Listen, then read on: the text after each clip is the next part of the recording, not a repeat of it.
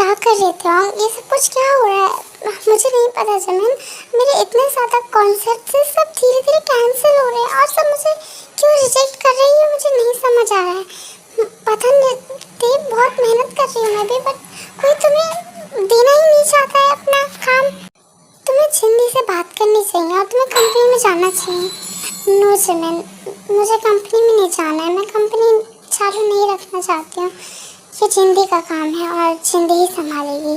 जो सुनने के बाद जमीन कहती है, बट क्यों? जिंदगी का काम है, तुम भी तो इस कंपनी की कुछ लगती हो। नो जमीन, सीरियसली बोलो तो मैं इस कंपनी की कुछ नहीं लगती हूँ। मुझे कुछ समझ नहीं आया तुम क्या कहना चाहती हो। इस कंपनी की रियल ओनर सिर्फ जिंदगी है, क्योंकि मुझे अडॉप्ट किया गया है। व्हाट? हाँ, मुझे मिस्टर किम एंड मिसेस किम ने अडॉप्ट किया था। जब जिंदगी 16 की थी तब मुझे उन्होंने अडॉप्ट किया था और तब मैं 10 इयर्स की थी। बट जिंदगी शुरू में मुझ पर बहुत ज़्यादा गुस्सा रहा करती थी। तुम्हें पता है, जिंदगी को बिल्कुल पसंद नहीं था कि मॉम डैड मुझे ज़्यादा लाइक करते हैं और जिंदगी को बिल्कुल भी नहीं करते। जिंदगी को पढ़ने के लिए उन लोगों ने लंदन भेज दिया था और जिंदगी की स्टडी वहीं कंप्लीट हो रही थी। और बहुत कम लोगों को पता था कि मिस्टर किम और मिसेस किम की 2 डॉटर्स हैं।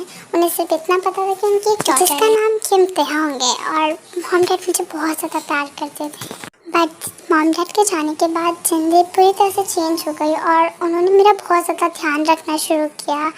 हम मेरी लाइफ पूरी चेंज कर दी। बट मॉम डैड की कमी कभी भी ख़त्म नहीं हुई हमारे बीच में। आगे क्या हुआ थे जमीन, ये बहुत लंबी स्टोरी है, मैं तुम्हें किसी दिन और बताऊंगी।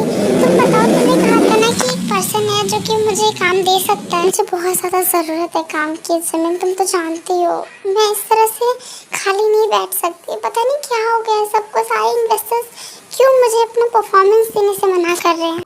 हाँ, मेरे पास एक इंसान है, बट तुम कर पाओगी ना? तो सुनने के बाद ये कहती है कि क्यों नहीं करूँगी, मुझे तो करना ही होगा। और जिंदगी वैसे भी बहुत ज़्यादा बिजी है, मैं उन्हें डिस्टर्ब नहीं करना चाहती हूँ। मिस्टर नामचुन, मुझे मेरे एम्प्लॉय ने बताया है कि आज कोई मीटिंग नहीं है, तो आप यहाँ पे क्या कर रहे हैं? वो जन, मुझे एम्प्लॉय से पता चला कि तुम आज कंपनी में आई हो और मुझे तुमसे बहुत टाइम से कुछ बातें करनी थी। मुझसे मुझसे क्या बात करनी है आर्यन तुम्हें? जन, अगर तुम फ्री हो तो पास में एक कैफ़े है, वहाँ चल के बातें कर सकते हैं हम। ओके, कैफ़े चल रहा है ना? वैसे मैं फ्री हूँ, चलते ही हैं। और इसके बाद आर्यन और जन कैफ़े चले जाते हैं। आई एम सो सॉरी जन। अरे अरे अरे, तुम रो क्यों रहे और सॉरी क्यों बोल रहे? आई एम सो सॉरी जन, मेरी आंखों के सामने गलतफहमी का पर्दा पड़ गया था। और आई एम सो सॉरी जन, मुझे तुम्हारा साथ नहीं छोड़ना चाहिए था। प्लीज़ मुझे माफ़ कर दो। सॉरी टू से आर्यन, बट पास की बातें हमें याद नहीं करनी चाहिए। मुझे पता है जन, बट मैं भूल नहीं पा रहा हूँ। प्लीज़ मुझे माफ़ कर दो।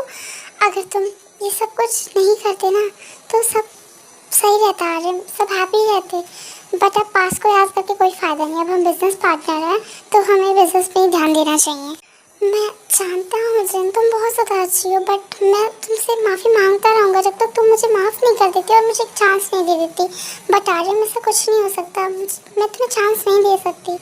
और ये कह के जन वहाँ से चली जाती है और आर्यन वहीं पे बैठा होता है और वो सोच रहा होता है कि वो किस तरह से जन को सॉरी बोलेगा, क्योंकि वो जान चुका है कि सारी सच्चाई क्या है। क्योंकि उस टाइम से वो इन सबको ही पता कर रहा है और जिसकी वजह से आर्यन को ये तो पता चल जाता है कि उस टाइम कोई भी प्रॉब्लम नहीं हुई थी, ना ही जिन की तरफ से ना ही टाउन की तरफ से, क्योंकि किसी को यही नहीं पता है कि किम्स की एक नहीं 2 डॉटर्स थी। और इस वजह से सबको लगता है कि सब कुछ त्याग ने किया है।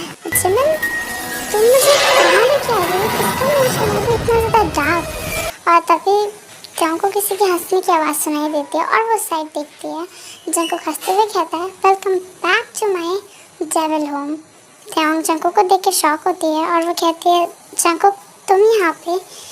जिमिन तभी वहाँ से शुआ के पास चली जाती है और त्याग जिमिन के फेस की ओर देखते हैं और वो कहते हैं कि जिमिन, ये सब क्या क्या हो रहा है? ये सब कुछ? जंको अपनी कोल्ड वॉइस में शुगा और जिमिन को कहता है कि जिमिन, शुगा, तुम दोनों का काम हो चुका है, अब तुम यहाँ से जा सकते हो। तभी त्याग जिमिन को कहती है, जिमिन रुको, क्या है ये सब कुछ? तुम मुझे यहाँ क्यों लाई हो? और जंकुक को तुम कैसे जानती हो? ते आई एम सो सॉरी, मैं जंकुक के अंदर काम करती हूँ और जंकुक ने मुझे तुम्हारी लाइफ में आने के लिए कहा था। क्या? जंकुक? हाँ बेबी डॉल, ये सब कुछ मेरा किया ही हुआ है।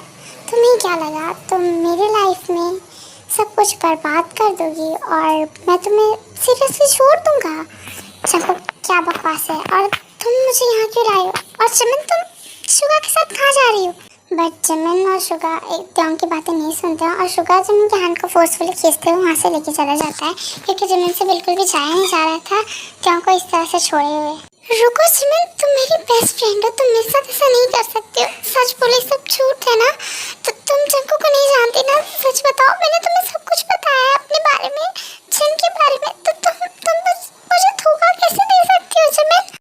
आई एम सो सॉरी ते, मैं तुम्हें चीट नहीं करना चाहती हूँ, पर जंकुक ने मेरी लाइफ बहुत ज़्यादा ही चेंज की है। जंकुक की वजह से मैं जिंदा हूँ और जंकुक मेरा बॉस है। जो जंकुक कहेगा मुझे वही करना पड़ेगा। और जमीन वहाँ से चली जाती है और जंकुक वहाँ से जाकर एक सोफे पे बैठ जाता है और अपने लेग्स के ऊपर अपने लेग्स को रखते हुए हंसते हुए कहता है, तुम्हें क्या लगा था मिस किम ते कि तुम मेरी लाइफ से मेरी मॉम को छीन लोगी और तुम्हें मैं नॉर्मली छोड़ दूंगा? जंग अपनी फोरहेड को पकड़ते हुए कहते हैं कि क्या बकवास कर रहे हो, मैं तुम्हारी मॉम को क्यों छीनूंगी तुमसे? जंकुक जंग के क्लोज जाता है और उसकी हेयर्स को टाइटली ग्रैब कर लेता है और वो कहता है कि क्यों, तुम्हें याद नहीं है कि 5 ईयर पहले तुमने क्या किया था? तुमने अपने ड्राइवर से कहा कि मेरी मॉम की कार की ब्रेक फेल कर दो। और जंकुक त्यों को सब कुछ बताता है, जो सुनने के बाद त्यों कहते हैं कि क्या बकवास कर रहे हो, मैंने ऐसा कुछ भी नहीं किया है। जंकुक